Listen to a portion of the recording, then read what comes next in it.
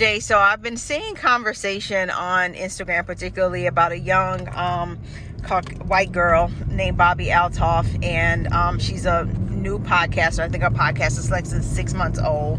But there's been topics of conversation about her because of the caliber of people that she's been able to interview. So I'm not sure if you've seen her and what your thoughts are on her, but I feel like she's a culture vulture. But I also want to look at from a perspective of talking about podcasting and particularly young black media professionals in that space. You know, how it seemed to be so easy for her to get into, and people who could use the boost of their platform don't seem to have those opportunities. What do you think about that? You know, I don't know, man. It's kind of crazy to call it culture vulture. I don't know.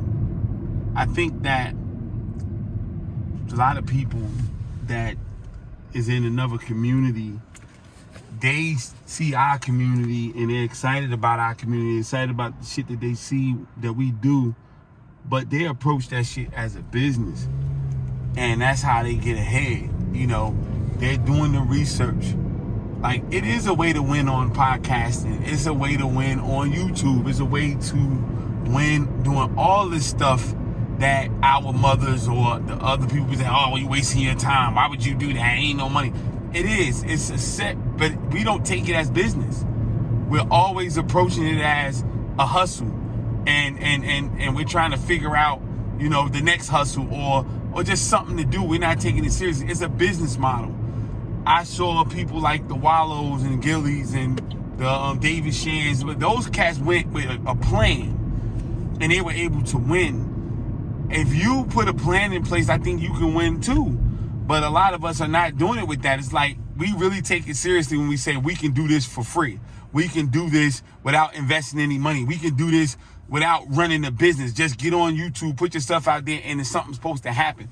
No, I imagine that this young lady, and I would love somebody to challenge me and tell me something different, but I imagine this young lady, her or somebody that's with her on her team, invested in putting her around these individuals. Because it's really not hard to get these people in the room. And if she got a following, that makes it even better.